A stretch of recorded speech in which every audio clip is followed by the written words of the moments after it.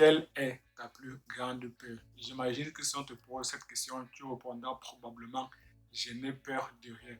En fait, cette réponse n'est pas tout à fait exacte. Parce que la peur, on a tous peur ou bien on a tous eu peur probablement d'une quelconque forme de peur.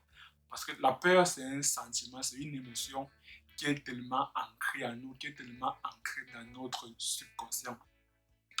Et c'est quoi la peur? La peur, c'est un sentiment de ne pas pouvoir accomplir quelque chose.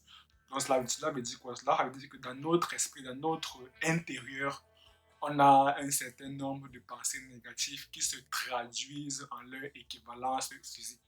Comme avait dit Half-Egg dans son livre Les secrets d'un esprit millionnaire, les pensées mènent aux sentiments et les sentiments mènent aux actions et les actions mènent aux résultats. Cela veut dire que si on a tendance à ne pas avoir peur de ne pas pouvoir accomplir certaines choses, dans ce cas, cela est relié à notre émotion de la peur et qui probablement se traduit en son équivalence physique, dont on ne finira pas à accomplir cette tâche parce qu'on a eu peur intérieurement. Donc la peur, c'est un ennemi de la réussite. Dans cette vidéo, je vais te parler des 6 types de peur. Non, les 7 types de peur. En fait, il y a 6 types de peur primaire et il y a une autre peur, la septième, qui peut rassembler les 6 types de peur primaire. Et c'est ce qu'on verra à la fin de la vidéo. Alors, je t'invite à rester jusqu'au bout. Mais avant d'aller plus loin, je me présente. Moi, c'est Robini Tani, étudiant dans une université dont je préférerais taire le nom. J'ai pour ambition d'atteindre la liberté financière en partant de rien et de devenir riche en partant de rien. Cette chaîne est donc destinée à tous ceux et celles qui partagent la même ambition que moi. C'est la raison pour laquelle sur cette chaîne, je vais te partager les tips, les secrets et les astuces des entrepreneurs à succès. Alors, si cela t'intéresse, tu as 2 choses à faire. La première, va dans la barre de description et télécharge gratuitement les 2 e-books que j'ai écrits. Et la deuxième, abonne-toi et active la cloche pour ne rien rater des prochaines vidéos. Alors, sans plus tarder, entrons dans le vif du sujet et voyons ces 6 types de peur primaire, plus la septième qui peut également être considérée comme une peur primaire.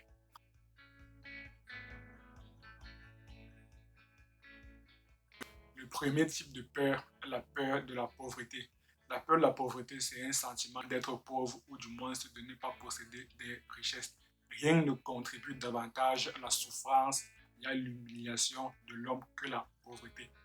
La peur de la pauvreté est uniquement un état d'esprit, un mindset qui détruit l'imagination, qui tue la confiance en soi, qui conduit à un but vague, qui encourage la procrastination et qui invite à toute forme d'échec. C'est la peur la plus destructrice car elle est difficile à maîtriser.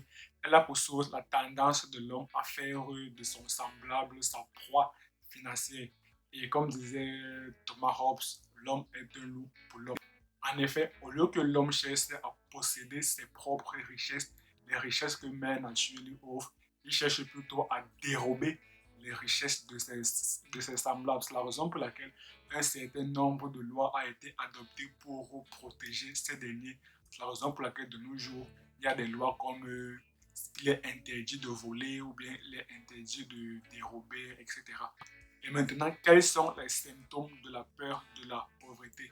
Ou du moins, comment s'exprime la peur de la pauvreté? Il y a 6 symptômes de la peur de la pauvreté. Je l'ai noté ici quelque part. Attendez une minute. Bon, ça y est, c'est bon. Je l'ai ici devant moi. J'ai mes notes ici devant moi. Le premier symptôme de la peur de la pauvreté, c'est le manque d'ambition à travers la tolérance de la pauvreté, donc l'acceptation de l'échec, à travers également la paresse physique et mentale, le manque d'initiative et d'imagination, le manque d'enthousiasme et de maîtrise de soi.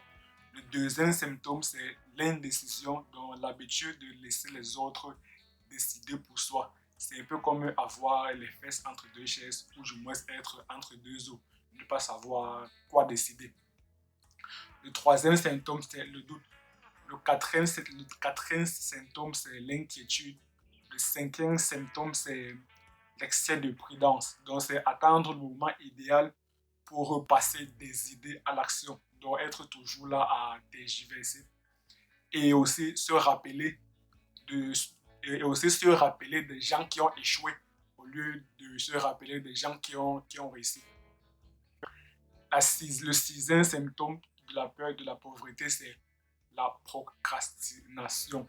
Donc, c'est là de remettre à demain ce qui aurait dû être fait il y a de cela une semaine, un an. Et cela se traduit par le fait d'accorder autant de temps à trouver des excuses au lieu de se lancer, au lieu de passer à l'action.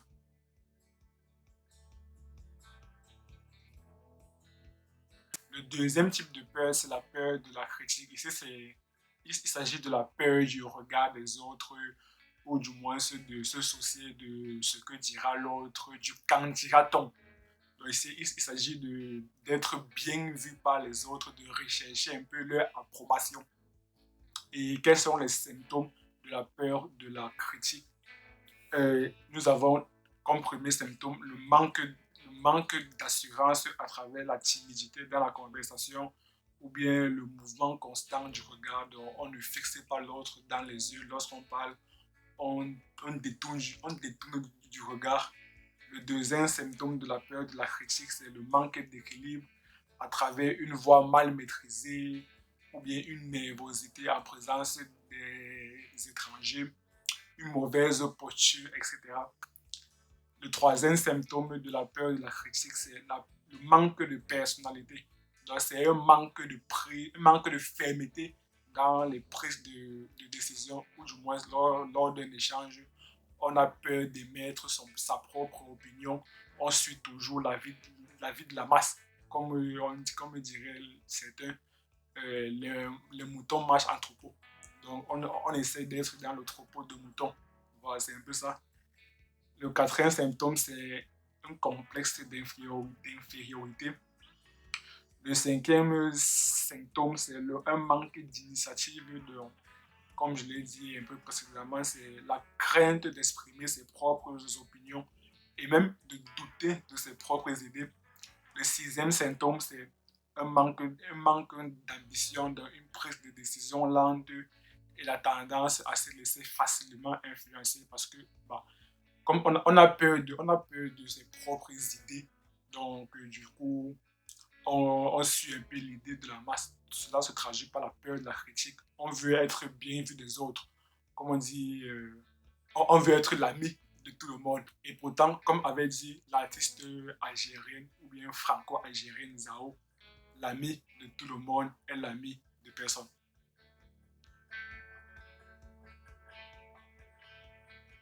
Le troisième type de peur, c'est la peur de la maladie. Cette peur est alimentée par les terribles images qui habitent l'esprit de ce qui pourrait se passer si une maladie contractée venait à la mort ou du moins sur des dépenses importantes que cette maladie pourrait occasionner. Les différents symptômes de la peur de la maladie sont l'hypochondrie. Donc, c'est l'habitude de parler de la maladie, de lui accorder une importance particulière et tu as certainement entendu cette théorie. Plus on accorde une importance particulière à un truc, plus elle prend de l'ampleur et plus elle devient vraiment réelle. Donc, si on craint vraiment la maladie, dans ce cas, cette crainte va prendre de l'ampleur et finalement, on va finir par tomber malade. Donc c'est ça l'hypochondrie. Le deuxième symptôme, c'est un manque d'exercice physique régulier.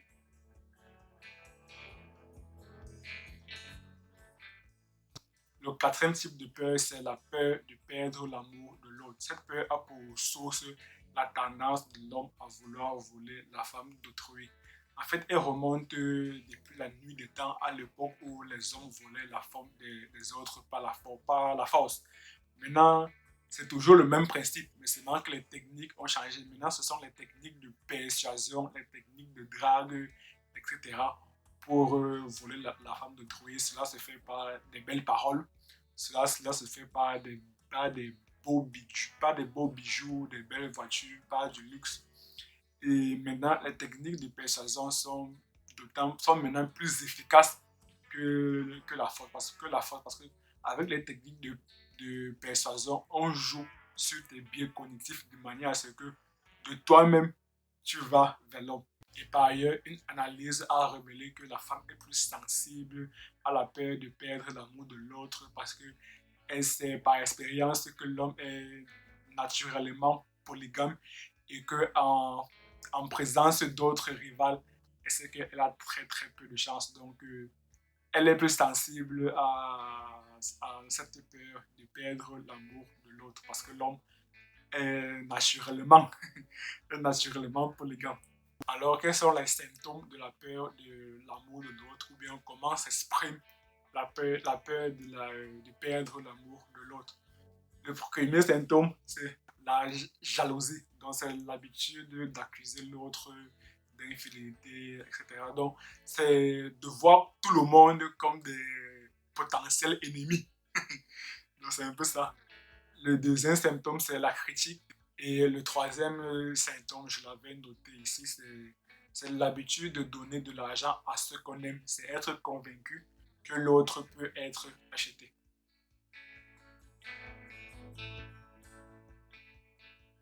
Le cinquième type de peur primaire, c'est la peur de vieillir. En fait, cette peur est alimentée par le mythe selon lequel la vieillesse s'accompagne de la pauvreté.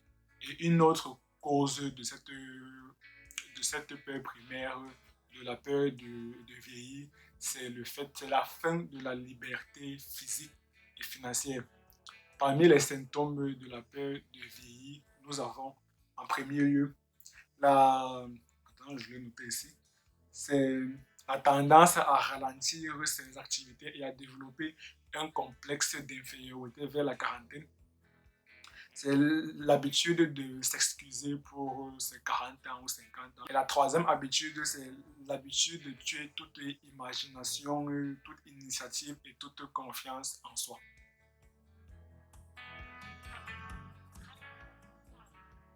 Le sixième type de peur primaire, c'est la peur de la mort. En fait, pour certains, notamment pour les fanatismes religieux, c'est la peur la plus cruelle, la peur la plus angoissante, parce qu'ils ils sont terriblement angoissés de brûler en enfer pour l'éternité. Et le symptôme principal de cette peur, c'est l'habitude de penser à la mort au lieu de jouir des plaisirs que peut offrir la vie. Et les causes les plus communes de la peur de la mort, nous avons une santé déficiente, nous avons la pauvreté, dont la peur de ne rien laisser pour ses générations futures, pour ses enfants et ses petits-enfants. Nous avons également le manque d'occupation appropriée. Nous avons également ça, c'est une cause très très particulière. Nous avons des déceptions amoureuses. Nous avons la démence et, comme je l'ai mentionné au départ, c'est le fanatisme religieux, dont la peur de brûler en enfer pour l'éternité, d'être avec le chétan ou bien avec le diable selon les appellations dans les différentes religions.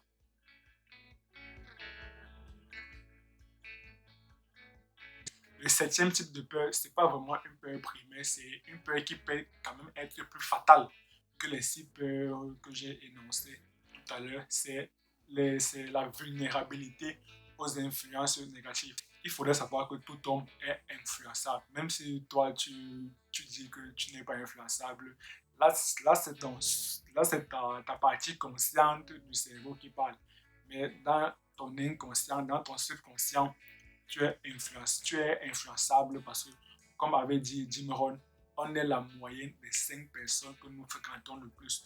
Donc, par le phénomène de neuromiroir, on est influencé par notre entourage, qu'on le veuille ou non. Donc, si on a un entourage toxique, on aura de manière inconsciente, on va adopter les habitudes de notre entourage. C'est la raison pour laquelle, pour réduire notre vulnérabilité aux influences négatives, donc pour essayer de réduire ou même pour éliminer cette septième peur qu'on peut qualifier de peur primaire, parce elle est tout au moins fatale que l'une des six peurs primaires évoquées précédemment, voire même plus fatale que la somme des six peurs réunies. Donc, pour réduire cette vulnérabilité aux influences négatives, il est recommandé de s'éloigner des personnes négatives parce qu'elles ont une influence inconsciente sur nous.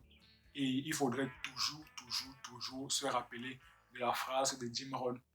On est la moyenne des 5 personnes que nous fréquentons le plus.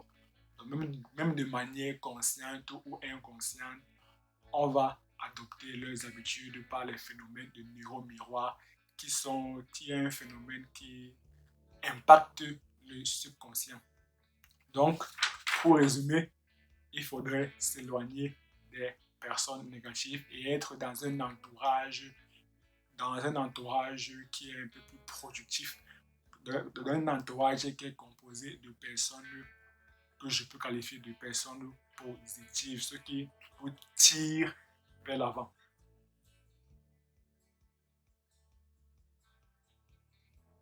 Faisons un petit récapitulatif des 6 plus 1 peur que nous avons vues dans cette vidéo.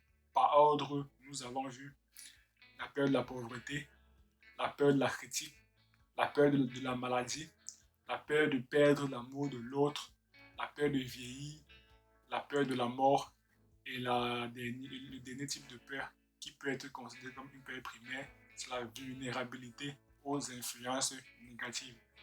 Vous avez remarqué que toute cette peur se manifeste ou bien s'exprime par une habitude parce que la peur est avant tout un état d'esprit, un mindset.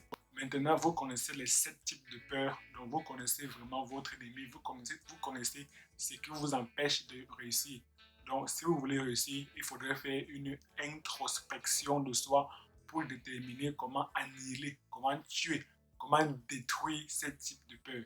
C'est ce qui ferait l'objet d'une prochaine vidéo.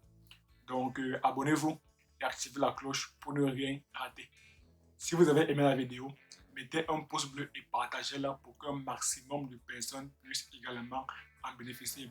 Également, dites-moi dans les commentaires lequel de ces 7 peurs faites-vous face actuellement dans votre vie. Et d'ici là, on se quitte avec cette citation de Bolton. Et à très bientôt sur la chaîne.